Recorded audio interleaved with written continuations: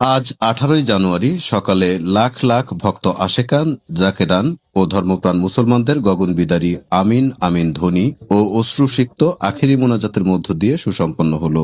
সিরাজগঞ্জের এনায়েতপুর পাক দরবার শরীফে হযরত মাওলানা খাজা শাহ সুফি মোহাম্মদ ইউনুস আলী এনায়েতপুরী রহমতুল্লাহ আলাইহি সাহেবের 111তম ওরস শরীফ।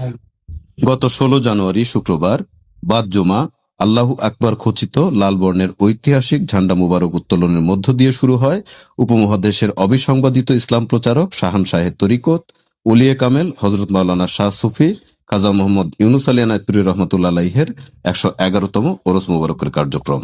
এই ধর্মীয় আয়োজনে নেসবতের বাংলা ভারতের বিভিন্ন দরবার এবং খানকা শরীফের প্রতিনিধি, শিক্ষাদাতা,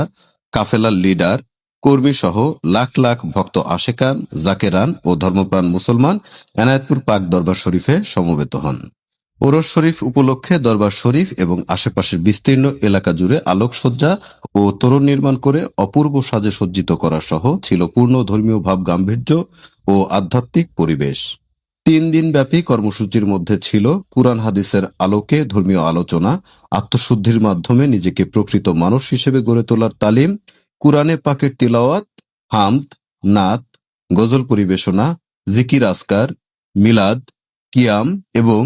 ইসলামের আদর্শে জীবন পরিচালনার আহ্বানে নানা ইবাদত ভিত্তিক আয়োজন।